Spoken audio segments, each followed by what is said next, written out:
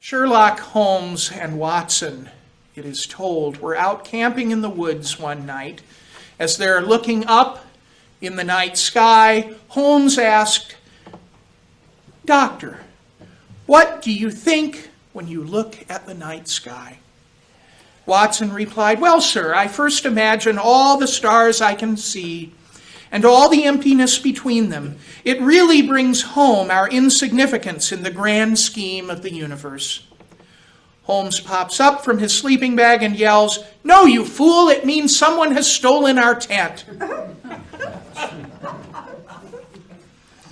I know that I have mentioned my experience visiting Egypt back in 2009. I cannot believe it was 17 years ago.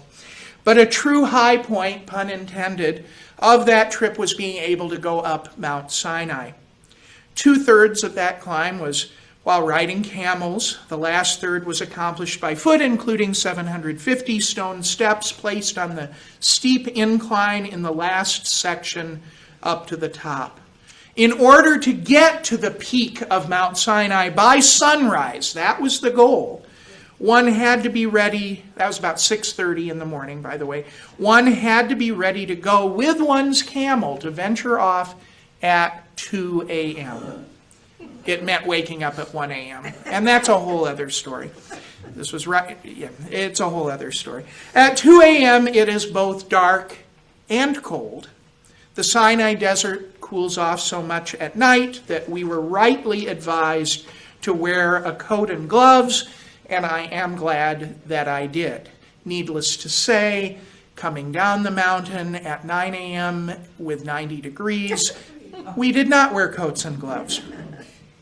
The dark was at first disorienting. As one who had been on a camel but twice in my life, and once actually on that trip already in Cairo, never in the dark, figuring out how to follow the instructions to properly get on the animal with no daylight was interesting, to say the least. Not being able to see much in front of you, even the people you thought were with you at one point, and just following the directions, the voices, the disembodied voices of strangers that you had just met in complete darkness, Bedouin, was disorienting. Eventually, though, the camel rose from the ground, me on top of it, and off we were going, apparently led by Bedouin guides, although I thought they were there. I think they were there, who were also not visible in the all-encompassing darkness. Now, once that initial period of adjustment took place, much to my surprise, I actually started to notice things. I didn't expect that at 2 a.m. in such darkness, but the eyes do adjust to darkness. It wasn't that I had not spent time out away from cities with light pollution. I mean, I grew up in Iowa. There were many, many open spaces. I certainly had seen the night sky and many other times. But it had been a while, I admit, and there is just something about being in an unfamiliar place, doing a very unusual thing that perhaps puts one in a different frame of mind. And it shifts the perception somewhat. All that said, I think it was still just an immensely impressive sight regardless of the circumstance. It was dark, yes, but certain colors appeared, and they struck me. The stars all shone above, along with the moon, and despite the very fine details being obscured, the mountains around us took shape in contrast to the sky. You could make out the range of the mountains before us. There were light hues of blue and purple. It was quiet, relatively so, except for some faint chatter from those in my group talking with their Bedouin guides. I will confess that for the first part of that journey, I was not calm or a little bit disquieted.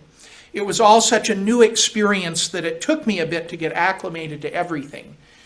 Is there really a Bedouin guide down there, or am I just loose with this camel? Can I trust the Bedouin guide when we get up and these peaks that you can't see off of. Am I really trusting that the camel's not going to, get tired of me being on there? There was a lot to disquiet. But there was this point. There was a point, a bit into that journey, where this calm did take over. The wonder of the night sky, the appearance of all of those stars, the vastness of it all just filled me with amazement and with peace. The surroundings no longer seemed daunting, but rather enveloping, protective, supportive even. I was a part of this massive universe, such a tiny, minute part of it, and yet held and beloved within it. Awestruck to be able to witness that vision before me. I tell this because otherwise I'm not sure I could begin to relate to Abram's experience in Genesis chapter 15, verses 1 through 6 that Molly read for us. I don't think that God has ever told me to go out and look at the sky and count the stars, and I know that I've never been informed that my descendants would be innumerable. And I'm also guessing, but correct me if I'm wrong, anyone, that no one here has had that precise, exact experience either. But again, tell me if I'm wrong. I'm open to it. On the other hand, I do believe that most of us have had awe-inspiring visions in our lives. Things that made us stop, to pause, and recognize our relative smallness and creation's, and by extension, God's vastness and immensity. And maybe we were going for that experience. I have a feeling that Gerd, I'm going to pick on Gerd, he's one who always planned for that likelihood on his expeditions going up mountains. I suspect he didn't have a lot of doubt as to the sort of thing, even if not exactly, that he would see and did see. Others on other types of trips might have expected similar sorts of scenes. One does not go to the Grand Canyon, for example, without anticipating some breathtaking sights. But there are other times, maybe, when we're caught off guard. We were just out there in the world somewhere when an ocean or a high lookout point or some other vista just popped up when we turned a corner. And it was just sort of there like a gift to behold. I had that experience driving down to Tennessee for a former parishioner's wedding a few years ago in mid-October. And I probably mentioned this, that I said multiple times, why on earth are they getting married in Tennessee in the middle of October in the mountains? Okay, I figured that out. I remember just remarking out loud audibly, if somebody had been there to hear it, they would have heard me say multiple times, what have I done to deserve this view? Beautiful, spectacular, the colors and everything. Surprise, just amazing. I like to think that even if the purpose was different for us than Abram, God was using creation in those moments, the wider universe of which we are all a part, as an object lesson for us, as he did with Abram, to show us something, to teach us something, to provide perspective that in some way reassured us about our place in the world, and maybe more particularly our future. We, like Abram, live in a world that gives us parameters, boundaries by which we are supposed to interpret what happens to us. You are this, so that means you can do or be A, B, or C. But it also means that you cannot do X, Y, or Z. We are limited by this often implicit set of rules that govern what is open and available for us to pursue or accomplish. It was completely understandable, mind you. Abram was likely in his 70s or so when God came to him and said that he could expect a reward of a large family. That was inconceivable to him. I will say, I do like, sort of a side note, sort of not, but I do like that Abram is getting comfortable now talking back to God. we see progress here. Chapter 12, the initial meeting, it implies intimacy when you can talk back. I was a little worried when God told Abram back in chapter 12 to pack up himself and his family, go halfway across the world, and Abram said nothing and just did it. But at least as the text records it, Abram is now feeling a bit more bold, telling God that according to every law and custom and practice of which he is aware, that in no circumstance will anyone but his servant, Eliezer, inherit his possessions. Way to go, Abram, setting the record straight. That said, there is almost always a but when God is involved. But the word of the Lord came to him. God tells him that no one other than a physical descendant of Abram will be Abram's heir. But God does even more than just tell him. Like a good writer, this is what I teach in my writing class at the seminary, don't just tell, but show. God shows Abram what he means. He's given this vision of the night sky and all of the stars, and then told to count them if he can, to know what God is telling him is true. Like most of us, I think, when overtaken by the awesomeness of what God has done, is doing, or has made, we tend to do what Abram did. At least I do. I believe. If nothing else gets me, the awesomeness makes me believe. We exist in a time in which, if you are like many, we feel at the mercy of what others do, what others decide, what others set in motion. That just seems to be sort of the trajectory of the world.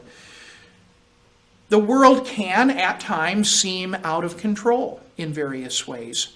Our own place in it may seem to us to be a little bit irrelevant. We might question that. What can we do to help with whatever it is in our families, in our communities, in our country, in our world? What is it that we can do? It can be disorienting, and we can get lost in trying to figure those things out. To that, perhaps, God says to us, similar perhaps to Abram, I am still in charge. There is a way forward.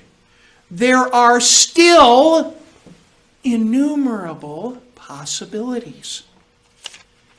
And then God has us look around, look to the sky, look up. Look beyond ourselves and recognize that, indeed, we are a part of something bigger, grander, even than the powers and authorities and loud voices. We have a place in it all, and small part though we are and might be, God is able to do vast things with us, even as God has created this expansive universe. John Anderson writes, so how does Abram and how do we know that we can trust God when what God is promising seems impossible? According to God, you count the stars, and suddenly what seems impossible appears trustworthy in the hands of the one who has made all those stars. Too many to count, a number beyond human comprehension. Abram trusts the God who created, named, and hung every star in its place, because if God can make more stars than there are grains of sand, what can't God do? This Lent, as we are ever aware of our humanity, let us respond to God's nudge, however we feel that in our own lives. God's nudging us different ways. But whatever that nudge is, to go outside. Outside can mean anything for us. But to go beyond, to look around, to gaze upward, to count the stars, or observe and make notes about whatever it is that we see. And then perhaps, just perhaps, we might remember that we are not isolated. We are not alone. We are not without resources. We are not without a future. The possibilities are more than we can count. They stretch on for an almost infinite number of directions, and they are put there by the same God in whom we can hope and believe, if we can enlarge our minds and our hearts and spirits to do so. The God who is letting us know that against all evidence to the contrary that we might conceive, our future is full of abundance against all odds. Amen.